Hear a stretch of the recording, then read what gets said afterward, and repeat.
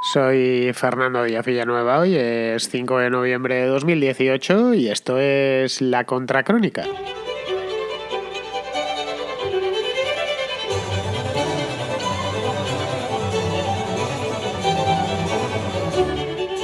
Angela Merkel, la canciller de la República Federal de Alemania, como bien sabemos todos, anunció la semana pasada que no concurrirá a la reelección como presidenta de su partido y que en consecuencia de lo primero, pues no se presentará tampoco a las elecciones federales del próximo año 2021. Es decir, todavía faltan 3 años para esto.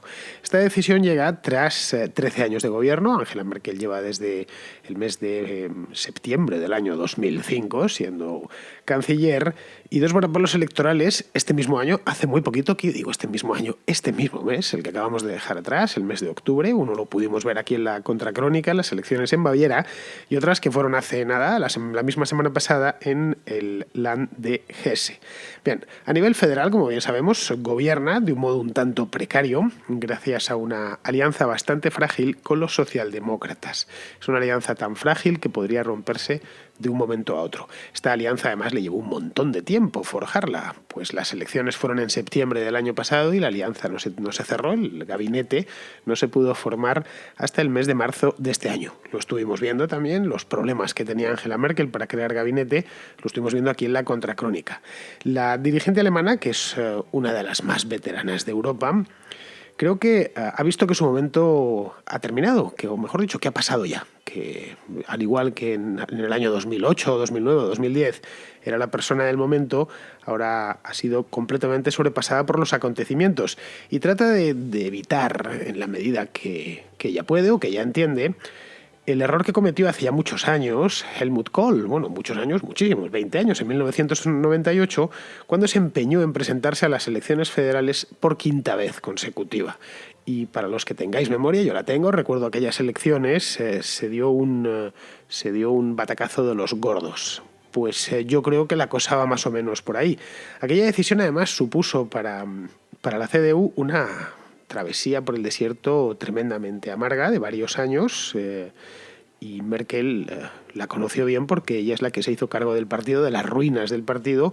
Unos años después, en el año 2005, es cuando consiguió recuperar el poder para la CDU después de, 7 años en la oposición.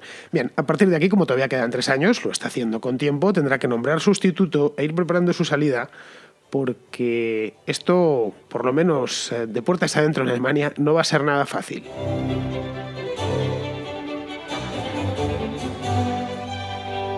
Supongo que os acordaréis porque fue hace relativamente poco tiempo, el año pasado, en septiembre, hice 2 o 3 programas sobre las elecciones alemanas. Yo la actualidad alemana es una actualidad aburrida, pero que la suelo seguir por regla general. A fin de cuentas no deja de ser el principal país de Europa y lo que sucede en Alemania de una manera u otra nos termina afectando a todos. Pues si lo recordáis, si mal no recuerdo yo, lo he ido a buscar exactamente la cantidad, no recordaba el número exacto, pero vamos, la CDU en aquellas elecciones perdió 65 escaños de una tacada. Fue algo tremendamente doloroso. Fue, una auténtica hecatombe. Se quedó, de hecho, en el 32% de los votos, que era la menor marca de su historia. El CDU nunca había tenido tan pocos votos a nivel alemán. Recordemos que este es el partido de Konrad Adenauer, que en su momento es el que inventó la República Federal de Alemania, y que en su momento había llegado a tener la mitad de los votos, y así durante muchísimo tiempo. De hecho, la propia Merkel venía de tener más del 40% de los votos en el año 2013, es decir, hace relativamente poco tiempo.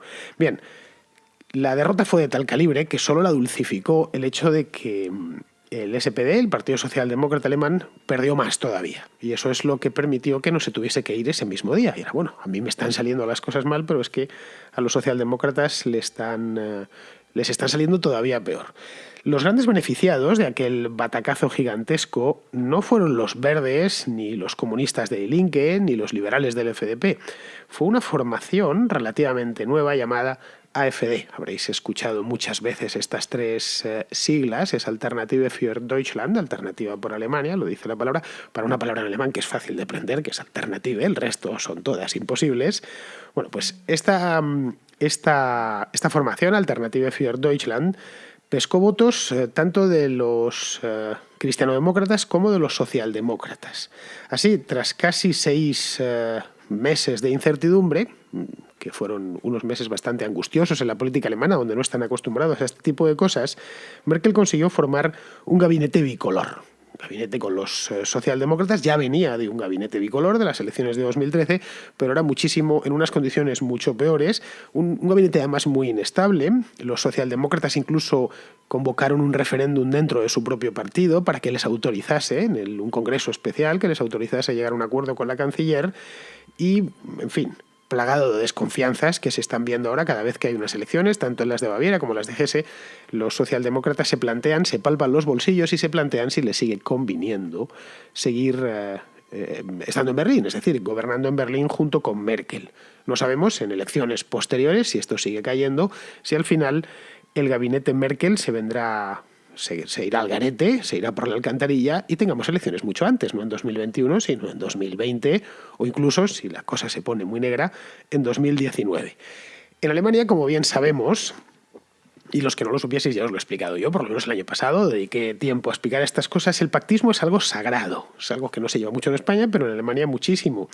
Es normal que los partidos, cuando caen muy igualados en las elecciones, lleguen a acuerdos, a grandes acuerdos, muchas veces acuerdos que en otros países serían impensables. De hecho, están gobernando CDU y SPD. Imaginaos un gobierno en España PP-PSOE, sería impensable directamente, no es negociable.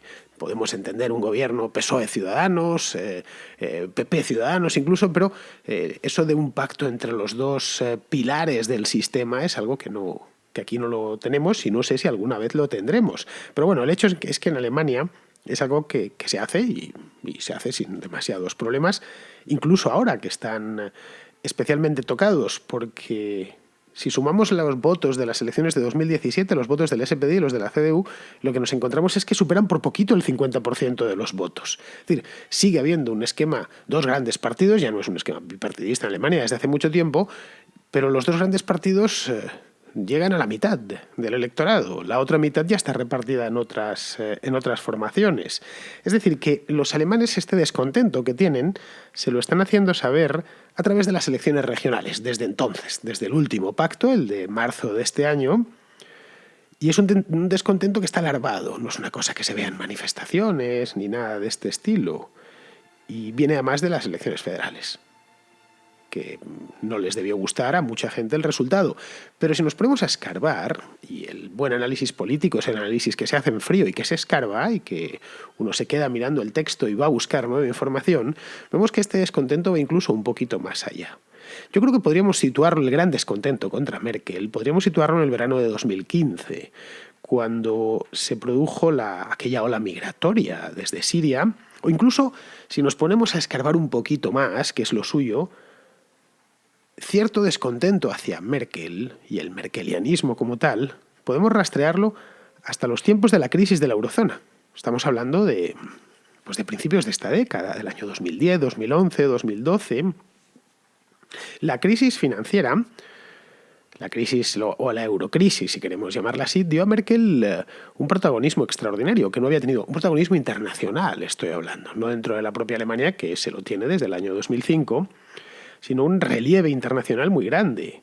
De hecho, si el euro sobrevivió a aquel momento, fue en buena medida gracias a ella. Si repasamos la historia más reciente, la historia económica de Europa más reciente, vemos que el papel de Merkel ha sido fundamental. Fue Angela Merkel quien insistió en que las economías quebradas del sur de Europa, en aquel entonces todas, empezando por la de Portugal y terminando por la de Grecia, pasando por España, Italia y me atrevería a decir que incluso también Francia, pues fue la responsable en que estas economías se reestructurasen solas, pero que pagasen hasta el último céntimo que debían y que se reestructurasen dentro del euro, mediante programas de ajuste que en algunos casos fueron más severos y en otros mucho menos severos. Pero vamos, fue un empeño suyo. Aquello además recibió el apoyo de buena parte de los alemanes. Si miramos las elecciones de 2013, como os he comentado antes, obtuvo un resultado electoral bastante bueno, el mejor de hecho de toda su carrera. Superó el 40% de los votos. Pero en cambio, lo que se ha dado en llamar el austericidio famoso, que en muchos casos el austericidio ha sido que el Estado gaste más que nunca, pero bueno, el famoso austericidio inspirado por Merkel le granjeó una pésima fama en otros países de Europa. Esto creo que en Grecia, desde luego, no cae nada bien, pero es que si preguntásemos a los portugueses o a los italianos o a los españoles, ¿qué le parece a usted a Angela Merkel? Mucha gente la pondría de chupa de domine. Diríamos, esto es un horror, esta mujer nos ha obligado a hacer recortes y demás. Es más, muchos políticos del sur la utilizaron como la cabeza de turco perfecta. Es, bueno, estamos haciendo esto, sí, no nos queda más remedio, vamos a tener que practicar algunos recortes en el presupuesto, retirar algunos programas sociales, pero es que esto nos viene desde arriba. Y ha venido la señora Merkel, Frau Merkel, nos ha dicho que hagamos todas estas cosas. Esto en Italia, por ejemplo, se hizo también en Grecia, en España se le echó en buena medida la culpa. Yo recuerdo una manifestación, creo que fue en 2012, sí, 2012-2013, no me acuerdo. Bueno, el Paseo de la Castellana en Madrid, en el que fueron la primera vez, y creo que la última, en la que se ha hecho una manifestación delante de la Embajada de Alemania. No era mucha gente, cierto es, pero lo suficiente es como para que la policía tuviese que cortar el tráfico. Además, como aprovechando que las embajadas de Alemania y la de Estados Unidos están cerca, la misma manifestación, una manifestación itinerante, se movió a la de Estados Unidos. Entonces, primero protestaron contra los alemanes por lo del austericidio, luego cambiaron las pancartas y se pusieron delante de la de Estados Unidos para protestar contra lo de Siria o lo de Libia, no me acuerdo ya contra qué protestaban, simplemente eran pancartas reversibles. Pues viene todo de esa época. Si ahora lo pensamos fríamente, es decir, rebobinamos y nos vamos al año 2012, 2013, 2010, la verdad es que a Merkel no le quedó mucha otra opción. Lo otro era romper la zona euro y acabar con el euro como experimento. Habían pasado apenas 10 años, menos de 10 años, en 2010, desde que se había implantado la moneda única, y era el momento para acabar con ella o continuar con ella. Era una decisión, la verdad es que bastante difícil. Se habló incluso de euro a 2 velocidades, pero ella se empeñó en que no, en que había que mantenerlo como fuese, y que para eso hacía falta que los que debían dinero tratasen de devolverlo. Porque los gobiernos del sur de Europa se habían endeudado y lo que pretendían eran reestructuraciones de deuda que se tenían que enchufar Bueno, pues básicamente lo que estaban pidiendo era enchufarse a las costillas de los contribuyentes alemanes. Y ahí la verdad es que, y esto creo que dentro de Alemania se lo han reconocido, incluso diría que los del SPD o buena parte de los votantes del SPD, supo estar a la altura, y eso le ganó el sobrenombre que aún tiene en Alemania. Allí la llaman Mutti, que sería algo así. Mutter es madre en Alemania, pues Mutti sería como mamita, madrecita, ¿no? Y la verdad es que no era para menos, porque si nos apartamos un poco y tomamos una visión de gran angular de los últimos 14 años, 15 años de la historia de Alemania, la verdad es que han sido unos años de una prosperidad proverbial.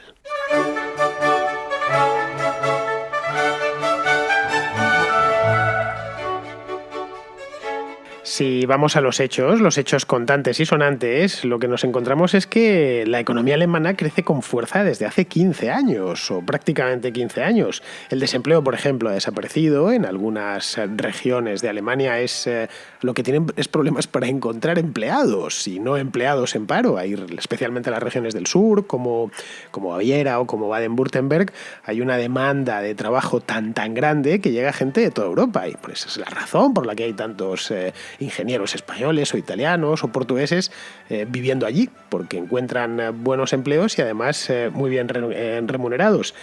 Es decir, que es una economía que en los tiempos de Merkel, y no necesariamente solo por Merkel, ha dibujado algo así como un círculo virtuoso con altos niveles de ahorro, también altos niveles de inversión, superávit en las cuentas públicas y luego una industria de alto valor añadido que es la que más y la que mejor exporta de toda Europa.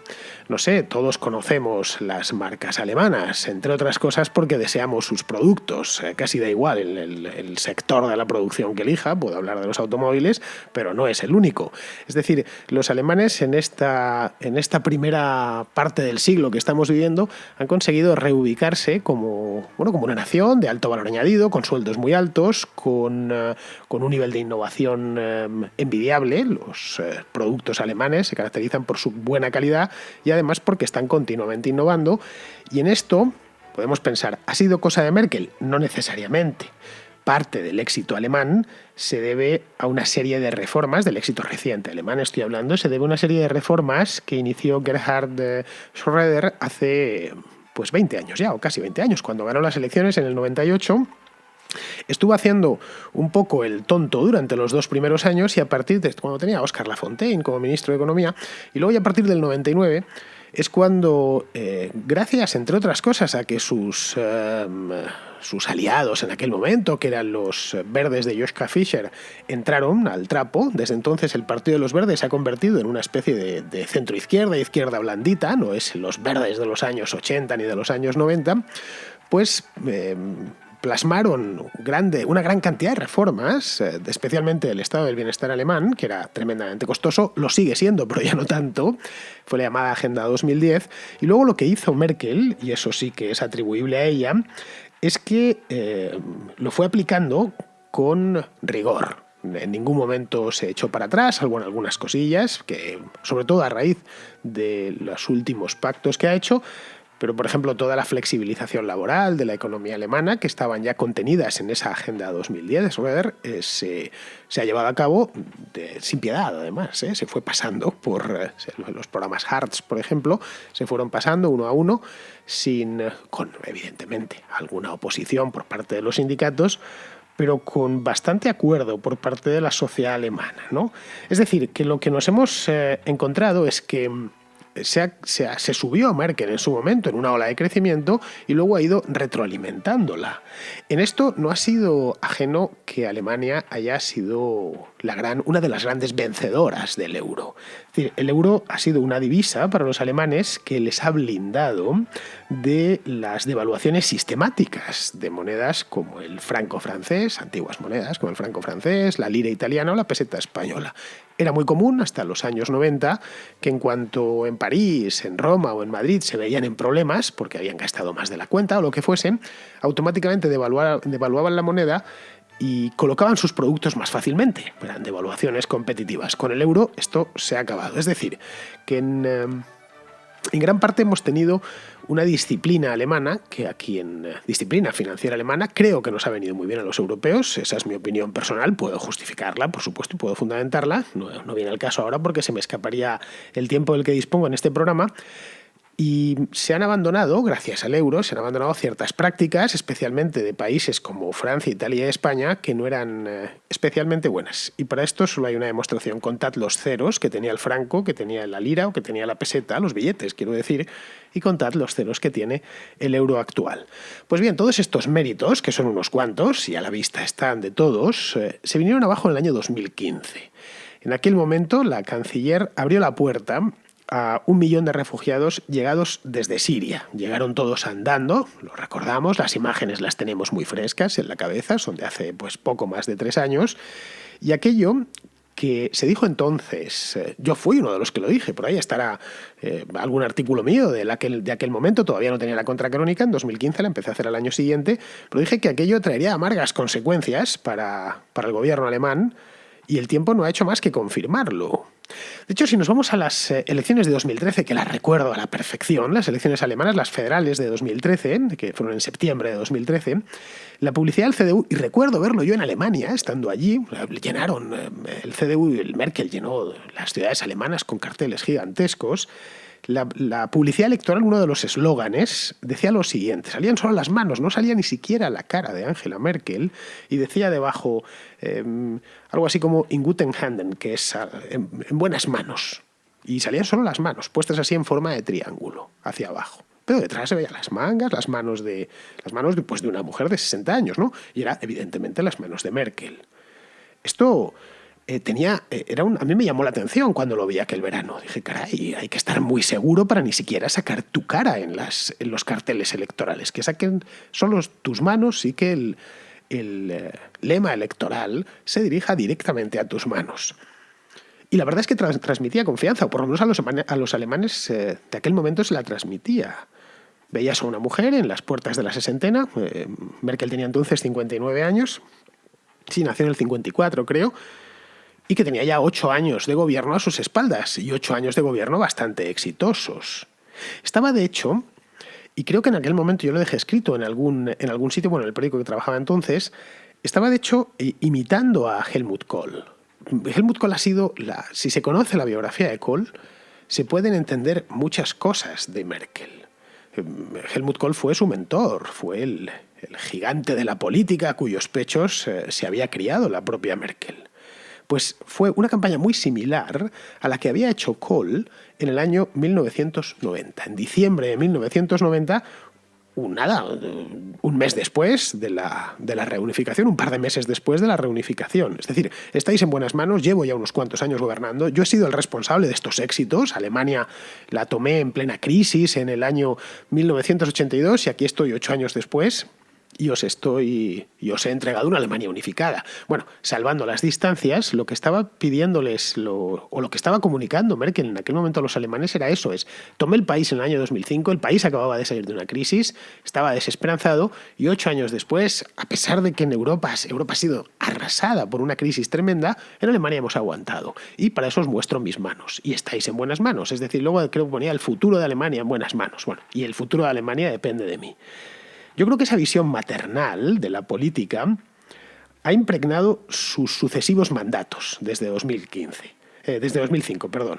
Es decir, Merkel, mucha gente pregunta, ¿pero Merkel exactamente qué es? ¿De qué ideología tiene?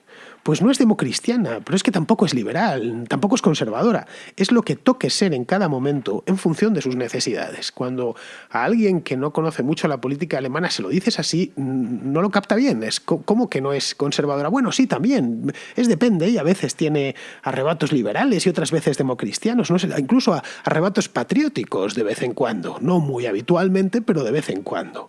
Así, por ejemplo, y esto para fundamentar mis afirmaciones, se opuso a la monetización de deuda por parte del Banco Central Europeo en el año 2010, lo recuerdo a la perfección, hasta que en el verano de 2012, también lo recuerdo, no le puso problemas, cuando ya la cosa estaba ya Mario Draghi y no quedaba otro remedio. Algo similar había pasado un poquito antes con el mecanismo europeo de estabilidad. Este mecanismo es el que sacó a Grecia del fuego.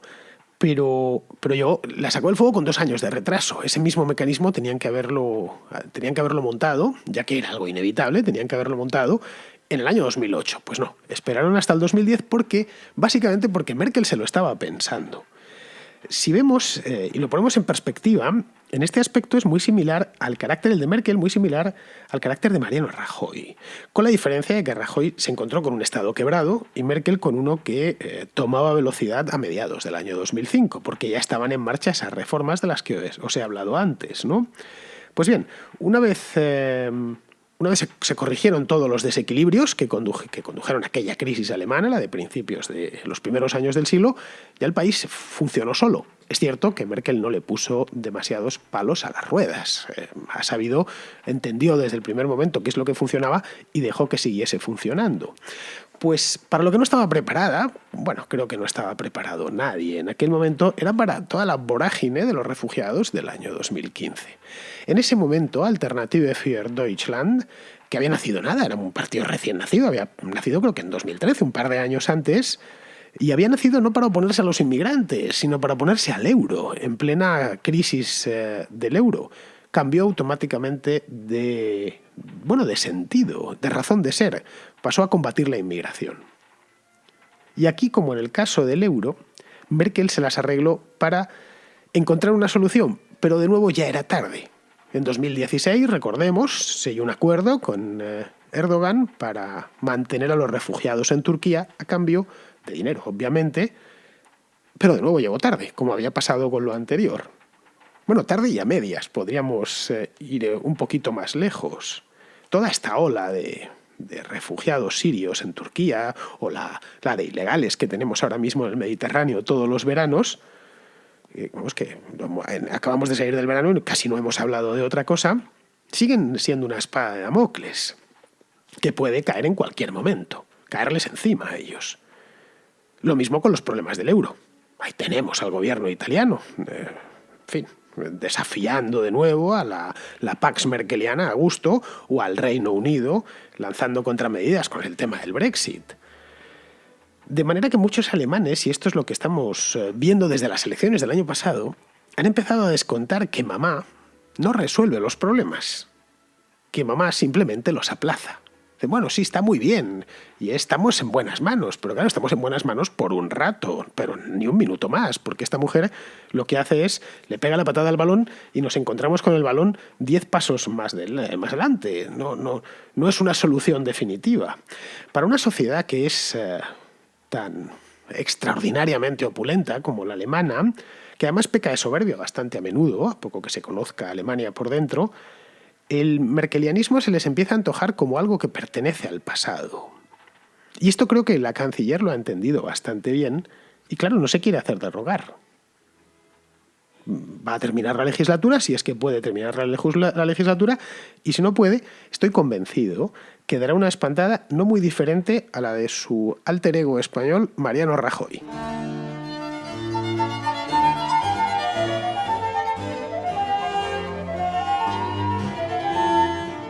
Tengo llamadas de oyentes, unas cuantas, y a ver si por lo menos meto un par de ellas, pero antes una aclaración. Ayer en la contrarréplica decía, hablando de cuando hablaba Alex Jones, Infowars, de que las censuras en Twitter, en YouTube y en estos sitios suceden por culpa de y esto es literal lo que dije, unos logaritmos. Me equivoqué, obviamente, me lo habéis dicho varios, tanto en iVoox como en YouTube, como a través del WhatsApp, es algoritmo, es una cosa diferente, ¿eh? Lo que pasa es que, bueno, me agarré, ya sabéis, cuando te agarras una palabra la sigues repitiendo y como no había nadie que me corrigiese en directo, pues dije algoritmo varias veces. No, era logaritmo.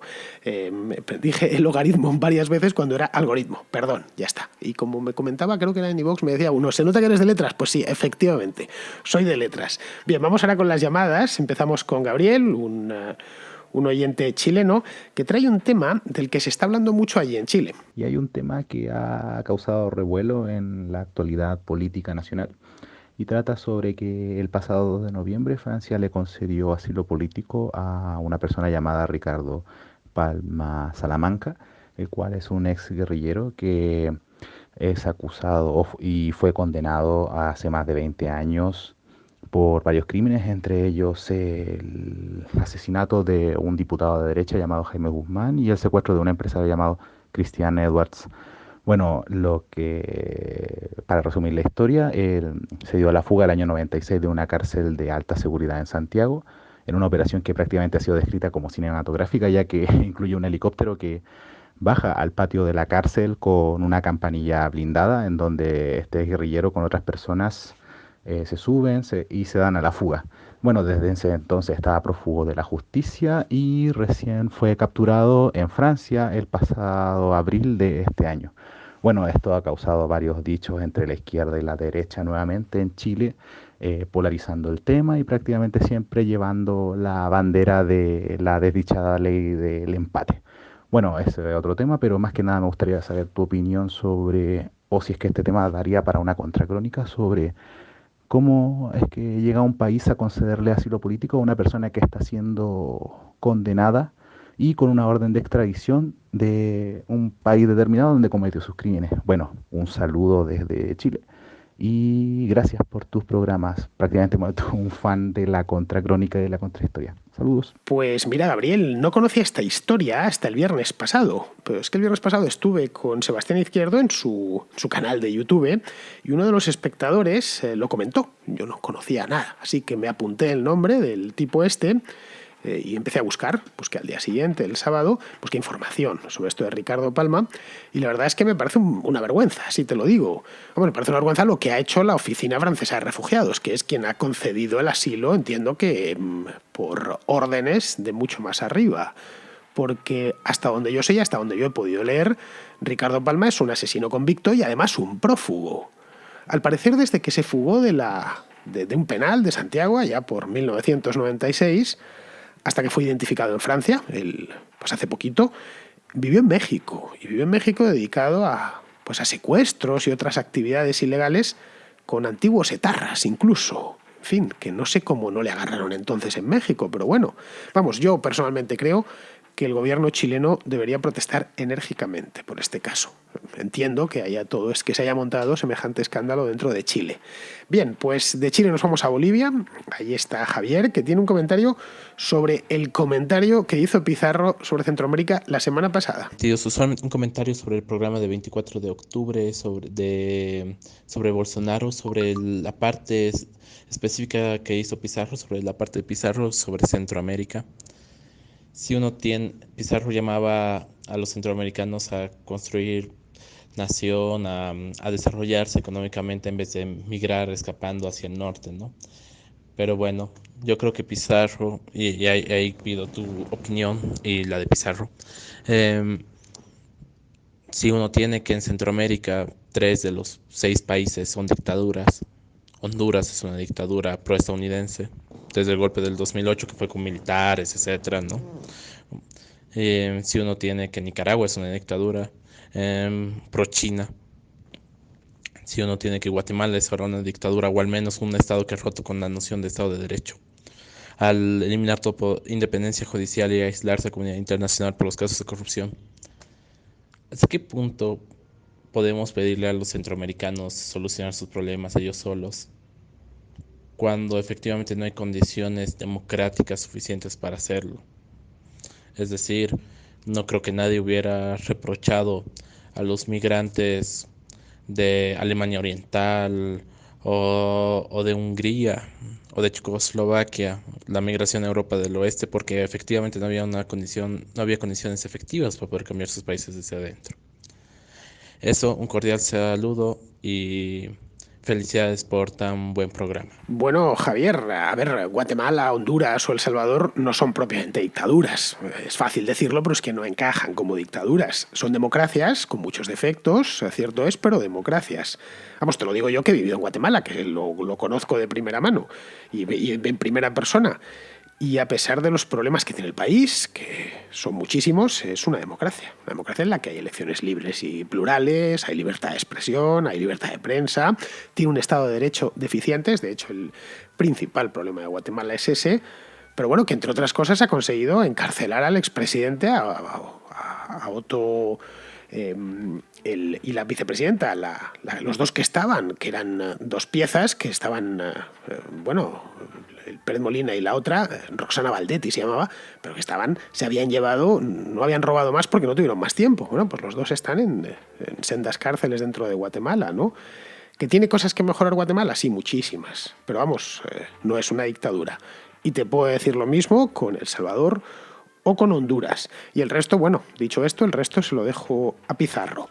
Y bien, y hablando de Pizarro, hoy nos va a regalar 2 comentarios. El primero para responder a Tomás, este oyente venezolano que ayer le preguntaba una cosita en la contrarréplica. Hola Tomás, no veo claro que comentar en los términos en los que yo lo hice, que la caravana de hondureños es la caravana de la vergüenza para Honduras, sea darle bombo. Por otra parte, tampoco veo qué están logrando los instrumentalizadores de la desesperación de estos hondureños, aparte de tener sobre sus conciencias un posible final malogrado para este conjunto de tragedias personales. Un cordial saludo de Pizarro. Y aparte de esto, pues cerramos, como todos los días, el programa con el broche final, la pizarroteca, la primera contra de la semana, sobre esto que hablaba la semana pasada sobre Ciudadanos, ese partido empeñado en darnos una de cal y otra de arena. Ciudadanos es un partido que nació en Cataluña como alternativa constitucionalista al independentismo y como alternativa española a las filiales de los partidos constitucionalistas en Cataluña, ya convencidos de la necesidad de una asimetría favorable a Cataluña. Con estas premisas ha ganado las últimas elecciones autonómicas, aunque sin poder gobernar. Ciudadanos, en el conjunto de España, es un partido que ha pactado con el PP y el PSOE, y al que se le acusa injustamente de tener ideas. Tiene pocos corruptos de momento, y mucho interés en pillar y afianzar poltrona. Según pase el tiempo, las incongruencias y las corruptelas se irán acumulando hasta hacerle indistinguible de PP y PSOE. De momento, juega a que no. Un cordial saludo de Pizarro. Pues queridos amigos, hasta aquí ha llegado la contra de hoy. Ya sabéis, empezamos semana y ahora empezamos siempre con optimismo porque cada día es un regalo, nunca lo olvidéis. Cuando os despertéis por la mañana es un día más que podremos estar vivos. Así que yo mañana volveré a estar por aquí y espero que vosotros también estéis por allí. Hasta mañana.